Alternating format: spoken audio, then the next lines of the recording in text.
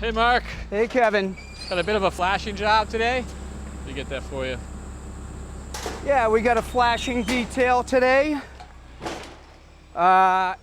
This is where Charlie's bringing the addition in, as you can see by the footing. So wall gets built right on this here. That's right. So we're going to follow that wall with a little bit of block because this elevation is going to be buried a bit. So we're going to want to make sure we keep Charlie's work above ground. Gotcha. And that's why we're going to throw these 2 courses of block in. Block in first, and then we frame wood on top of that. Right. And it connects to this chimney. It does. So you can see the strapping that we have, Kevin. That's going to act as a guide.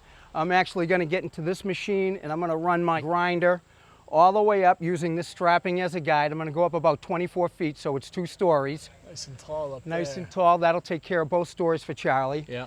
And then if we have to, we'll reroute the saw back down. We'll really clean out that joint. So that's when we're going to take this piece of copper flashing. This piece is going to ride into the riglet that we just cut into the brick. Yeah. This flat flange, as we call it, is going to ride onto Charlie's wall. We're going to take another piece of flashing. We're going to ride it right down his flange, cover his wall, and we'll make the whole thing watertight. And it starts with laying this block? Starts with putting the block down. All right, let's get some. All right, let's get going.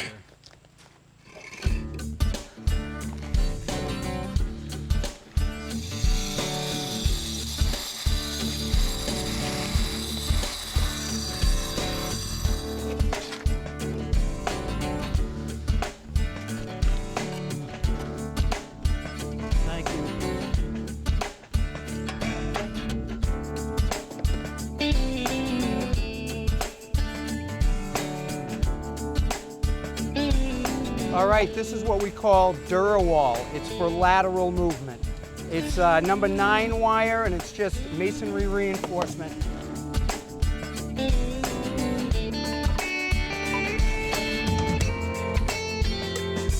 Perfect.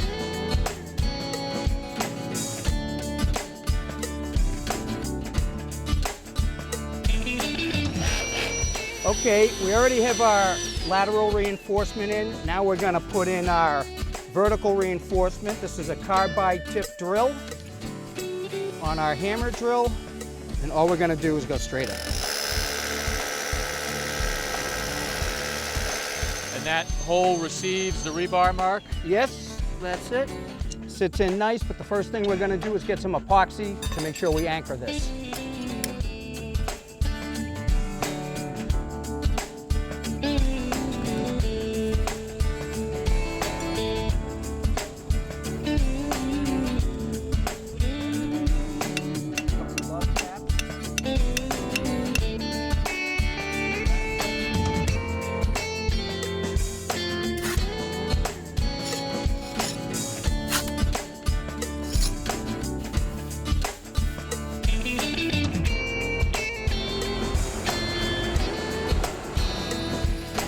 All right, so what we're going to do, Kevin, is we're going to take our grinder. We're going to ride this piece of strapping all the way down. We're going to use it as a guide. But once our riglet is cut in, strapping's gone.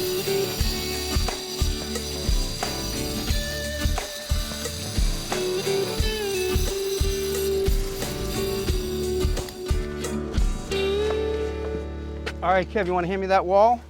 So you got a little bit of a mock-up of what Yep. our wall's going to look like. Just bring it right in.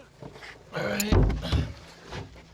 So that's what Charlie's going to build on top of your block. Yep.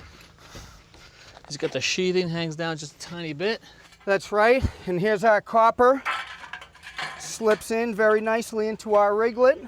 So do you just set that into the brick plane, or are you going to do any sort of caulking? So what I'm going to do is get a caulking. I'm going to run it right through the riglet. I'm going to take my copper, I'm going to wiggle it in and make sure that bonds properly. Gotcha. And then I know I'm going to be tight. But after that, I'm going to take what we call a generic term of ice and water, okay?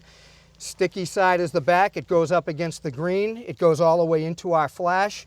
It'll bridge the copper and the green. That's how we know we're going to be waterproof. Right. And we do that all the way up, and we have a nice tight bond between the brick and the new wall. Thanks for watching. This Old House has got a video for just about every home improvement project, so be sure to check out the others.